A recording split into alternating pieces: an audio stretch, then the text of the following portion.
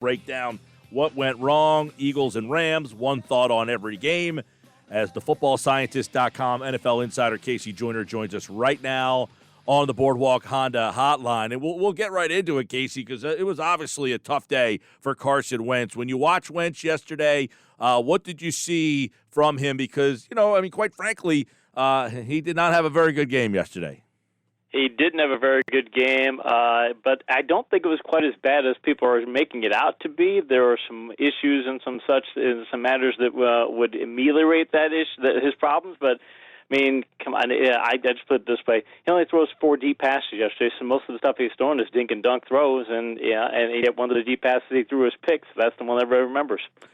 Yep, the throw to J.J. Arcega-Whiteside, obviously it gets picked, and if he makes that throw, he probably gets 6. He throws it behind, he gets picked off. But why was that yesterday? We were going back and forth about the game that Peterson called. I mean, the Rams were seemingly playing so deep that they were giving you the underneath, trying to take that over the top away. Quite frankly, it looked like there was a lot of plays to be made that Wentz just wasn't making them. He wasn't making them. Some of it was drops too. It's not all on him. I mean, there were some drop passes though. I would say something on the pass to Arcega-Whiteside.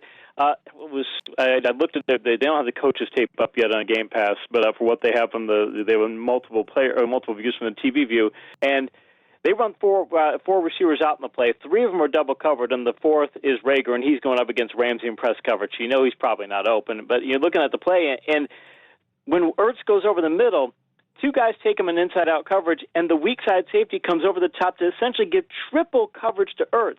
And that means Arcega-Whiteside was open, but Wentz didn't point his foot properly. It was bad mechanics. He pointed his foot towards the left instead of pointing it down the middle, and he threw the ball behind him. But his read would have been, I've got single coverage here because they triple covered Ertz, and I should be able to hit this. But if he takes his time and takes an extra half second to make this throw, he probably makes it. But he got rushed, and I think he just feels right now that his timing is such that he needs to rush these passes, even though there was nobody within 5 yards of him. Yeah, I know Wentz is getting a lot of heat today. It's his 5th year, and, Doug Peterson was asked whether or not they are seeing his production regress a little bit. Are you seeing a guy who is regressing? Are you seeing a guy that looks like he's taking some steps back? I see a guy who, look at yesterday, like let's just take Roethlisberger and the Steelers. Deontay Johnson is dropping a bunch of passes, but he still threw a ton of targets to him, and he keeps being patient with them, and he's now making some big plays. Chase Claypool's a rookie, didn't do anything in week 1, but he threw a deep pass to him for a touchdown this past week. He's being patient with his rookies and making sure that it works. I think Wentz, when he has a problem with one of his young receivers, okay, hey, Rager makes a mistake, I'm not going back there. Hey, Hightower makes a mistake, I'm not going back there. Hey, Arcega-Whiteside, on that pass, maybe he could have saved me in the interception. I'm not going to go back there. I think he loses patience with his receivers, and I think that's part of why the Rams said, fine, we're taking Ertz out of your game plan because he's your safety blanket, and you're not using Goddard in the same way when you've got Ertz and they're using Goddard on short passes. So fine, you can take passes to him. We're going to take Ertz away from you. We're going to make you go to these rookies. And Wentz just needs to find a way to make it work with these guys because they're going to be there, and he needs to make this work. It's not like he's got another option. Yesterday, the defense, it looked like McVay was 5 steps ahead. It was chess against checkers, it seemed like. Now, Rodney McLeod said something interesting after the game, which essentially he said, no, we practiced all week. Everything they showed, we saw in practice. I think that's an alarming comment there for the way they looked on defense yesterday. Yeah, now mind you, Goff only threw 6 deep passes in week 1. He only threw 5 passes this week. He completes 3 of them though for 77 yards. So it's they did throw deep, but they were throwing some short passes. The problem is that on the short passes, the Eagles' tackling was atrocious in the first half. It was a little better in the second half, but they were still making some misplays there. But I mean, it was just awful. It's like they didn't want to be out there. It's all arm tackling. I'm seeing in my head that old Vince Lombardi screaming at his team, put your shoulder in there. I mean, this is just. It's like they didn't want to be there. That's what was most concerning to me is that the defense did not look like it really wanted to be on that field in the first half. And I mean, come on, this isn't like week 12 or something. You should be wore out yet. When you watch them through 2 weeks, anything that carried over from week 1 that's still a concern after watching them in week 2? Now, if you're talking from a concern perspective, yeah, I mean the coverage was bad too. They did not cover well. They did not tackle well. I am very concerned about this secondary because the Eagles went from we talked about it in the offseason, they went from having we're going to be a safety-centric secondary to now they're really a corner-centric secondary. They put a lot of investment in the corners, and it's not working. I mean, the safety play is not very good. Mills, in the fourth quarter, he missed a tackle on Henderson, allowed for a 40-yard gain. If he makes a tackle where the point of contact is like a 12-yard gain, it's things of that nature, plus the missed coverages that they've had and the bad tackling in the secondary. That's what's really concerning to me is that if this secondary keeps playing this badly, I just don't know, no matter how good the defensive line plays, that you're going to be able to make up for it. Yeah, Roby Coleman had a tough game yesterday. 9 attempts, all completed at him. He was supposed to really be an upgrade in that slot. Another interesting thing, that Eagles defensive line. On Friday, we talked about, all right, Eagles defense against the Rams offensive line. When the Eagles are able to get pressure, Goff yesterday was 4 of 10 for 37 yards. When there was no pressure, he was 16 for 17 for 230 yards. They got a lot of money invested in that defensive front. How disappointing is that defensive front? Very disappointing, and I'll even flip over to the running game from that perspective, that they did a lot of, with that defensive line, and they usually do a lot of one-gap, let's get up the field and pressure the offense, they were doing a lot of two-gapping, and it was surprising to me, like, you didn't bring these guys in here to do two gaps, and whether the Rams are doing things that they had to adjust to and such, they still weren't able to get those defensive linemen in one-on-one situations in the running game, and it was leaving the linebackers and defensive backs to have to make the plays, and they weren't doing it. I'm looking at it going, this does not look like the Eagles' defense. Now, later on, they were able to make adjustments and start doing more one-gap in the running game, but it's something that you've got this sort of talent in there, and you've made these kinds of investments. You shouldn't be. This is not something you should be two gapping with, and it's not something you should be. You should be disrupting the plays more than you are, because you've not set up your defense to have your back seven take care of the running game. The front four is supposed to be really taking care of it, and they didn't do it on defense. Well, it looked like the Rams really took advantage of that linebacking core. They did, and especially on that one pass to Higbee. What Dr. Z used to call that a sucker boot play, where you fake like you're going to run to the right, and then the tight end drags underneath, and then runs a wheel route and such. I mean, Gary just totally bit on that play. I mean, you've got to know that's coming. My son's even watching the game going, all they're doing is all this stuff off a bootleg. It's pretty simple stuff. I'm like, yeah, well, it's McVay. He disguises a lot of this, but you've got to be expecting that, something that you just know they're going to run one or two times a game, and you have to be able to stop it. And to be caught that much out of perspective, again, they know it's there, but they just didn't play it right. And if you can't execute it, doesn't matter how well you practice. Yeah, it's a great job of realizing how weak the Eagles are at that linebacker spot, overcommitting, and they really took advantage of them there. Let me ask you, how much do you think this Eagles defense is missing a guy like Malcolm Jenkins? I think I'm missing a lot. I think that, again, Mills is just not the same player. You can't put him in the box the same way. I think McLeod and Mills, when you're looking at the two, it's like those guys, just neither of them can impact the box in the same way. And I think that was a lot of what the Eagles could do over the years, is take the safeties and bring them up in the box. And I understand why they went in the quarter with it. We need to invest heavily in corners, because you look at Dallas and you go, all right, well, they've got Cooper, they've got Gallup, and they've got Lamb now, and you have to have people who can cover them. So I get it, but you just can't stop the run the same way if you don't have the safeties who can come up to stop the run. I just don't think. And when I saw the missed tackle by Mills, it was just, I don't think he wanted the contact. In fact, that's a lot of what I got out of the Eagles' defense. They just didn't want the contact. And if you get a defense that doesn't want contact, you're going to have a long year. All right, KC Joyner, footballscientist.com. It's time for one thought on every game that we saw in week number 1. But first, let's get your take on tonight's game. I think it's going to be interesting. It's Saints and Raiders, and obviously the Raiders scored, 35 last week against a high-powered Saints offense. Are we looking at a shootout tonight? I think we could be, and I actually picked the Raiders in an upset in this contest in my weekly picks on pickwatch.com. I think the Raiders' offense is going to be able to put up a lot of points. I think no Michael Thomas is going to be a big problem for the Saints. I don't think that their offense was playing well at all last week in the first place, and I think the Raiders can put up 28-31 in this contest if they play to their capabilities, and I think the Saints aren't going to be able to keep up. By the way, if they are, I hope they're Josh Jacobs touchdown runs, just throwing that in there. One thought every game, week 1. Let's go. Giants go to the Bears. Bears are now 2-0. Giants lose Barkley. It was going to be a long year. It could be a really long year now. I picked the Giants in an upset, but I figured obviously they'd have Barkley. Mind you, if they'd had Barkley, they probably do win that game because as close as it was. It says something for the Bears that they barely beat the Lions, and the Lions imploded last week. The Giants lose Barkley. The Bears are easily the weakest 2-0 team in the league, but give them credit. But, yeah, it's going to be a long season in New York. All right, let's go to Dallas. That game, somebody texted in. We were talking about something that hadn't happened ever, or it was like 4-39-0, and that changed yesterday in that game. I mean, Dallas gets that onside kick, but Atlanta's in trouble all of a sudden.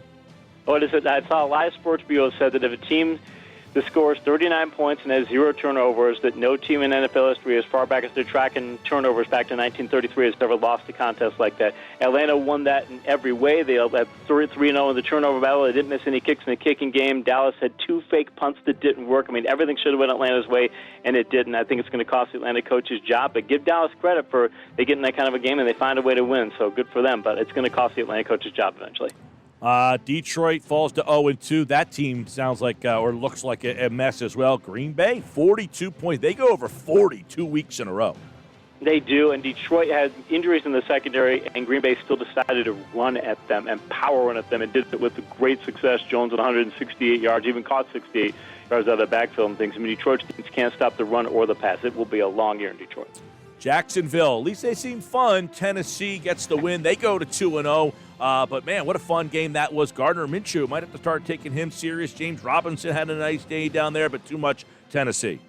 I've got some Jacksonville contacts, and they've said people I've talked to around Jacksonville and things, and they say that Robinson looked really good in camp, and that's part of the reason they let Fournette go is because he played as well as he did. So Robinson's going to be a big guy in fantasy and such, and Jacksonville can put up the points, but they don't have the defense to do it. And give Tennessee credit. I mean, last week they had to play a power game. This week they had to play a high-scoring game, and they were able to win both. I think they're proving that 2019 wasn't a fluke. All right, Indianapolis disappointing last week. They come back and get a win. What's going on with Minnesota? They're another team like Philly, 0-2 with some expectations. Their defense is awful. They missed Diggs more than they thought they would. Diggs is doing great on vertical. Did great on vertical passes for them, and it really hurt their offense. But their defense, I mean, this is atrocious for this defense. They didn't play as badly this past week as they did in Week 1, but you give them 28. That's pretty bad. I think the Vikings, if they can't get that defense shored up, they don't have an offense that can get into shootouts right now. I think again it could be a long year in Minnesota. Another fun one. Buffalo goes to Miami, back and forth, 400 yards plus for Josh Allen. Diggs 153. Hey, give Buffalo credit. They went on the road. Not an easy place to win in Miami. And Buffalo is showing that they will go vertical, and they are going to be going to have expansive passing offense. Josh Allen had never thrown for 300 yards in his career before last week.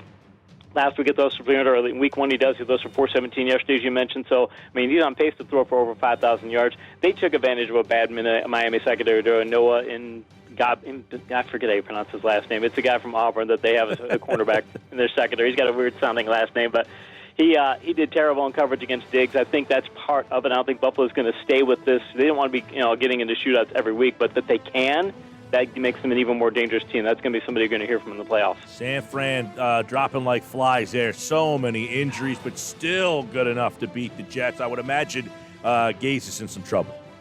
Yeah, Gase, he isn't doing the job in New York he did in Miami. He took a 4-win talent team in Miami and was winning 8 with them. In New York, he's not getting them to play above their talent level. It's bad for him. But San Francisco, I'll say this, even though they had the injury in the backfield and such, they're a type of team that they can block so well that if you just give them a solid running game, they'll be okay. I think they can weather the storm, but to see as many injuries as they have on defense, that's going to be the problem. Denver, they fall to 0-2. Pittsburgh gets a win. They are now 2-0, 26-21. Big Ben with over 300 yards. Big day for him.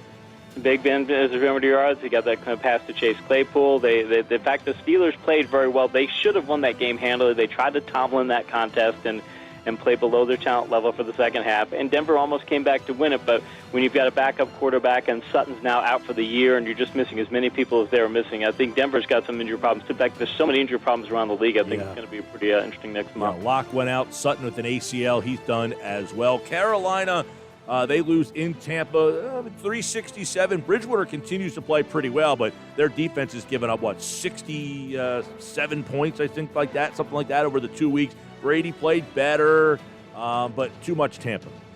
Too much Tampa, and just imagine if Godwin would have been in the contest. They gave up 31 to a team that didn't have arguably the best receiver, or at least as good as Evans. So that's tough for them. Brady's still looking a bit rusty. It's a big change from what the New England play calling scheme to the Tampa play calling scheme. It's not identical. It's nowhere near identical. So it's a big change. I don't think it's all a physical thing. I think it's a lot of that has a lot to do with it. But the Tampa can put up 31 when they're not playing well. Speaks well for them. And Tampa and Carolina, again, they're going to get a lot of shootout games too. But Bridgewater, he could throw 4,000 yards this year. I thought this one was going to be fun. Arizona looks good. They're all of a sudden 2-0. Washington with that defense, I thought that would have been more interesting. But, boy, Kyler Murray looks good. And, of course, D-Hop down there. Arizona got out to a big lead. This time, Washington couldn't get back in. Washington couldn't get back in, and their offense is just not very good. Their blocking wasn't good last week, and it didn't look like it was very good against Arizona on the opening eye contact. Looking at the game, but Arizona, that they can play, now they can play that kind of power football. And again, the second straight week, they've handled a team, at least from a defensive front perspective, they've handled a team that can punch them in the mouth, and it shows that Arizona is not just an air raid team. They're going to be able to play some power football. They're going to be a team to contend with. This one was fun. Kansas City and L.A., and obviously Herbert, we got to see him for the first time. I'm wondering, I know they said Tyrod Taylor, when he's back, that it's his job, but man, it felt like one of those things that, like, you lost your spot and now you lost your job. But Kansas City with 3 huge kicks in that game. That game was a lot closer than many people thought. It was. Kansas City, their offense didn't play nearly as well. And the Chargers are able to have a very good defense. And, again, their coaches are very good. Can put together some very good defensive game plans. I'm with you on Herbert. Why are you talking about bringing Tyrod Taylor back in? I understand what Tyrod Taylor's skill set is, but as good as Herbert looked yesterday, why aren't you trying to get this guy in there in front of your game plan around? But I think the Chargers realize we have to win today. I don't think their coaching staff would get another year if they put Herbert in this. So they can't deal with the rookie pains. But as an organization, they need to put him in there. Baltimore, Houston, too much Baltimore. Jackson, great game again. I mean, obviously, Houston looks like they're missing DeAndre Hopkins. They are. Their offense is not the same. Their defense is nowhere near what it was. Baltimore, they played a power running game, and they can throw vertical. They can do. There's not a thing that team can't do. They're the most complete team in the league right now. And in Houston, I mean, what a terrible beginning of the season. You have to play Kansas City on the road, and then you got to play Baltimore. You're playing the 2 best teams in the league, arguably. So they're 0-2. But if I'm Houston, I'm not panicking just yet because there aren't many teams that are going to win even one out of the 2 of the last 2 games they played. And then last night, a lot of fun. It was New England and Seattle. Back and forth they go. Comes down to the final play. You knew a play was coming, and Cam Newton gets taken down right at the 1-yard line. Newton goes for almost 400. Huge game for Russell Wilson. That game was a lot of fun. It was. And, hey, those sorts of plays near the goal line, his history of them is fantastic, but they just lost the point of attack battle there. But the Russell Wilson threw for 5 touchdown passes, and Stephon Gilmore struggled like he did. I think it's a bit of a concern for New England that their defense is not what it was the past couple of years. And if that's the case, I don't think they've got an offense to keep up in these kind of contests. Yeah, unfortunately, I had Newton as my fantasy quarterback, and if he would have got in there, tonight would have been a lot easier of a night for me. I need about 21 points out of Josh Jacobs tonight, but I would have only needed 11 points had Cam got in there. But he gave me a big enough day to get me back in that game. I actually had to go up against Dak Prescott yesterday. That was no fun. But There you go, week 1. And, of course, Casey will be back on Friday to get us ready for week number 3 as the Eagles will take on the Cincinnati Bengals. And then, of course, we'll be taking a look back at your Thursday night matchup this week, which is, what's the Thursday night game this week? It's, Miami and Jacksonville is your Thursday night game. So, Casey will be back on Friday for that. Don't forget, follow him on Twitter at KC Joyner TFS and check him out at thefootballscientist.com for more on this NFL season. All right, Casey, we will check in on Friday, pal. Appreciate it, man.